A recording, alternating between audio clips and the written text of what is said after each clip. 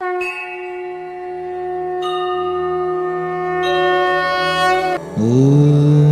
श्री स्वामी समर्थाय नमः।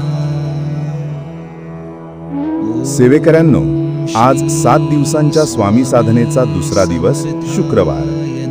हा दिवस आपण अर्पण करणार आहोत अन्नदान संकल्पासाठी, कारण अन्नदान हेच सर्वश्रेष्ठ दान मानलं जातं.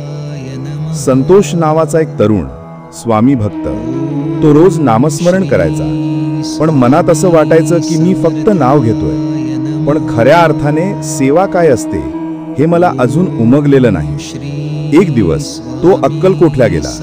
तिथे स्वामींच्या मंदिरासमोर त्याने पाहिलं, एका म्हाताऱ्या आजीबाईंनी स्वतःच्या ताटातलं अर्ध अन्न एका भुकेलेल्या मुलाला दिलं. ते पाहून संतोष सुन्न झाला.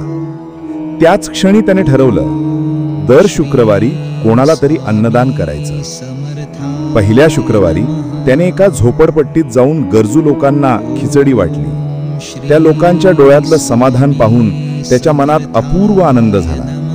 त्याला जाणवलं, स्वामी नाम घेणं आणि त्यांच्याच नावाने अन्न देणं हीच खरी भक्ती.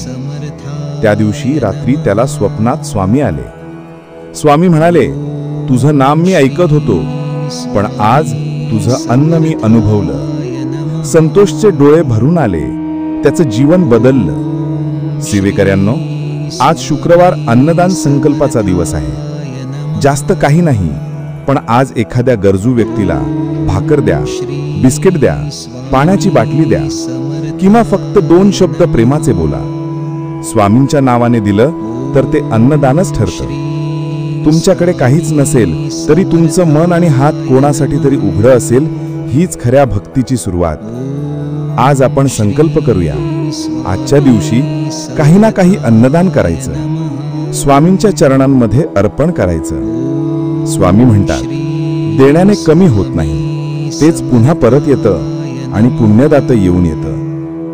डोळे मिटा, मनात म्हणा, हे स्वामी, माझ्या हातून अन्नदानाची सेवा घडू दे. माझं अन्न तुझ्या चरणांवर अर्पण होऊ दे. उद्या साधनेचा 3रा दिवस असेल. तोवर अन्नदान करा आणि स्वामीमय व्हा.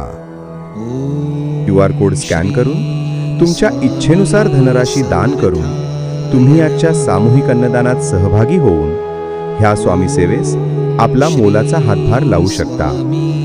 आशा आहे आजच्या सामूहिक अन्नदानात तुम्ही सर्व स्वामी सेवेकरी सहभागी होऊन ह्या थांबलेल्या सामूहिक अन्नदानाची नव्याने सुरुवात करणार.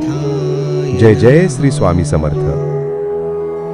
ओम श्री स्वामी समर्थाय नमः. ओम श्री स्वामी